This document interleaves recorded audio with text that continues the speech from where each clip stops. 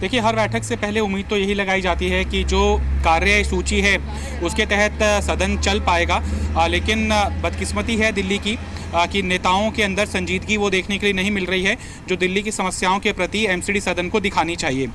जिसकी वजह से 6 जनवरी के दिन जो बदनुमा दाग लगा है एमसीडी के ऊपर वो मिटाए नहीं मिटेगा और उसके बाद 24 जनवरी की बैठक के अंदर सदन के बाहर भी लात घूसे चले हैं। तो ये जो कलंकित तस्वीरें दिल्ली को देखने के लिए अभिशप्त होना पड़ा है, देश की राजधानी से ये तस्वीरें किसी भी तरह से छवि को अच्छा दर्शाती नहीं हैं।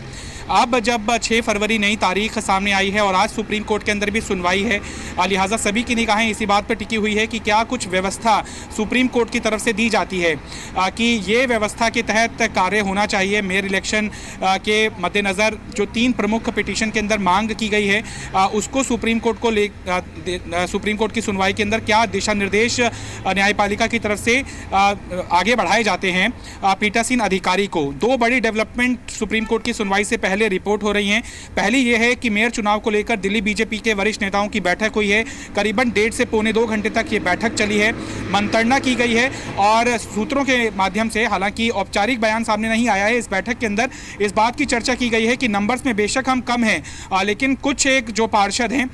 बीजेपी को लग रहा है कि वो मेयर कैंडिडेट को वोट नहीं करेंगे और उनकी क्रॉस वोटिंग की आशंका के मद्देनजर पेंच फंस सकता है। लिहाजा बीजेपी मेयर इलेक्शन को लेकर आश्वस्त दिखाई दे रही है कि जो दावा है वो 6 फरवरी के दिन सच साबित होता हुआ दिखाई देगा और आम आदमी पार्टी के लिए अपना मेयर चुनाव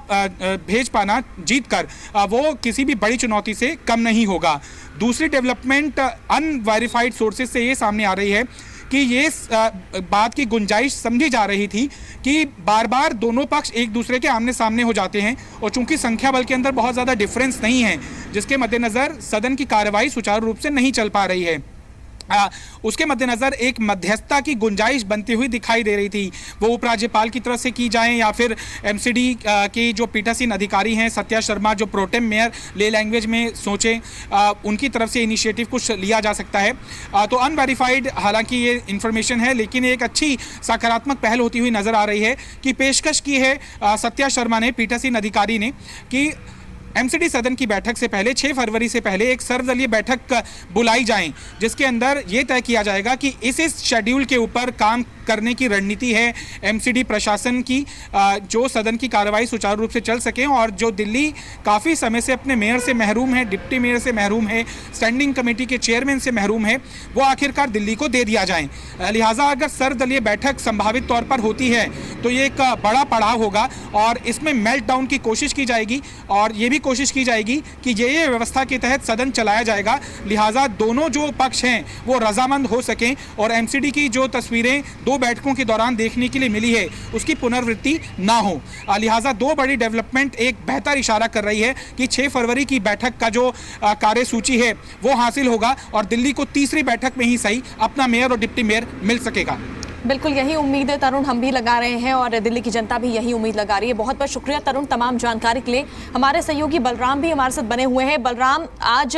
सुनवाई होनी है सुप्रीम कोर्ट में, जो आम आदमी पार्टी की प्रत्याशी है डॉक्टर शैली ओब्रॉय ने जो याचिका लगाई है कि तय समय सीमा में मेयर का चुनाव होना चाहिए और जो यहाँ पर जो बात यहाँ पर निकल कर सामने आ रही है कि दिल्ली में जो मेयर का चुनाव हो रहा है और ऐसे में अगर मनोनीत पार्षदों को अगर ये अधिकार मिल जाता है वोट करने का और इसका असर किस तरह से देखने को मिलता है, अगर अधिकार मिलता भी है तो क्या असर होगा, नहीं मिलता है तो चुनाव पर किस तरह का असर देखने को मिलेगा?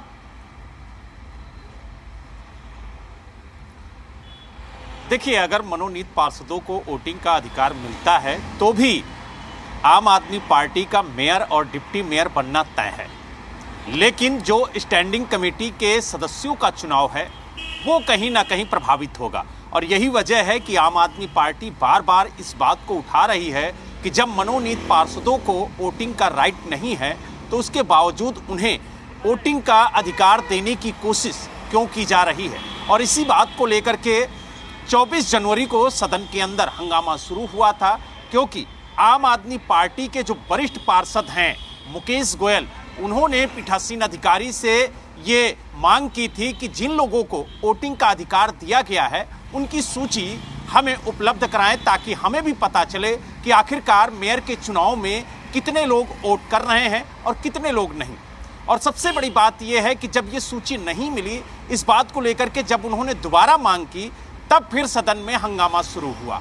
अब देखने वाली बात यह होगी कि जो मनोनीत पार्षद थे, 6 जनवरी को इस बात को लेकर के हंगामा हुआ था कि सबसे पहले जो नवनिर्वाचित पार्षद हैं उन्हें शपथ ग्रहण के लिए बुलाया जाए, लेकिन पीठासीन अधिकारी सत्या शर्मा ने जो मनोनीत पार्षद हैं उनको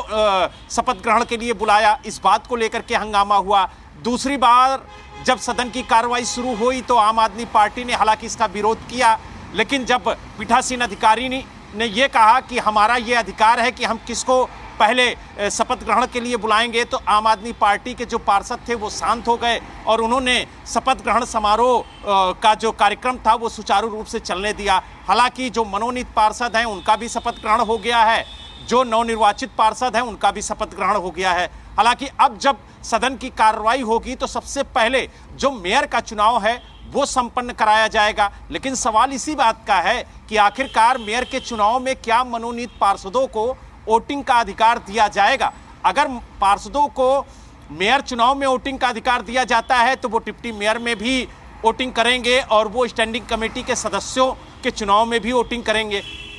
और इसी बात को लेकर के आम आदमी पार्टी बार बार सवाल खड़े कर रही है कि 15 सालों से भारतीय जनता पार्टी की सत्ता एमसीडी में थी और भारतीय जनता पार्टी खुद बताए कि क्या 15 सालों में मेयर और डिप्टी मेयर के चुनाव में मनोनीत पार्षदों ने वोटिंग की है? अगर की है तो वो साक्ष्य पेश करें, हम उन्हें वोटिंग का राइट देने के लिए तैयार हैं। लेकिन अगर जब उनके कार्यकाल में पिछले 15 सालों से मनोनीत पार्षदों को वोटिंग का अधिकार नहीं दिया गया तो ये नई परंपरा लेकर के क्यों आ रहे हैं? क्यों परंपराओं को ताक पर रख के एक नई परंपरा शुरू करने की कोशिश की जा रही है? आम आदमी पार्टी का आरोप है कि पहले ही 2 नई परंपराएं सदन के अंदर लाई गई हैं। पहली कि जो मनोनीत पार्षदों की फाइल है वो दिल्ली सरकार से होते हुए एलजी तक जाती है, लेकिन इस बार उस फाइल को एलजी के पास सीधे भेजा गया और उन्होंने बगैर सरकार से रायशुमारी के उन 10 मनोनीत पार्षदों को नियुक्त कर दिया जिनकी सिफारिश दिल्ली सरकार ने नहीं की थी। पहला आरोप आम आदमी पार्टी का यह है कि दिल्ली सरकार को बाईपास करके जो 10 पार्षद मनोनीत किए गए हैं उन्हें नियुक्त किया गया और सरकार की रायशुमारी नहीं ली गई। दूसरा आरोप यह है कि जो पीठासीन अधिकारी नियुक्त होता है उसको लेकर के दिल्ली सरकार सिफारिश भेजती है, 2-3 नाम भेजती है, उसमें से एक नाम की संतुष्टि एलजी की तरफ से होती है और इस बार भी जो नाम दिल्ली सरकार की तरफ से एलजी को भेजे गए थे उन नामों पर सहमति नहीं बनी और एक जूनियर बिल्कुल बलराम, आप बने रहिए हमारे साथ। तरुण लगातार हमारे साथ बने हुए हैं। तरुण, आपके पास कुछ अपडेट है?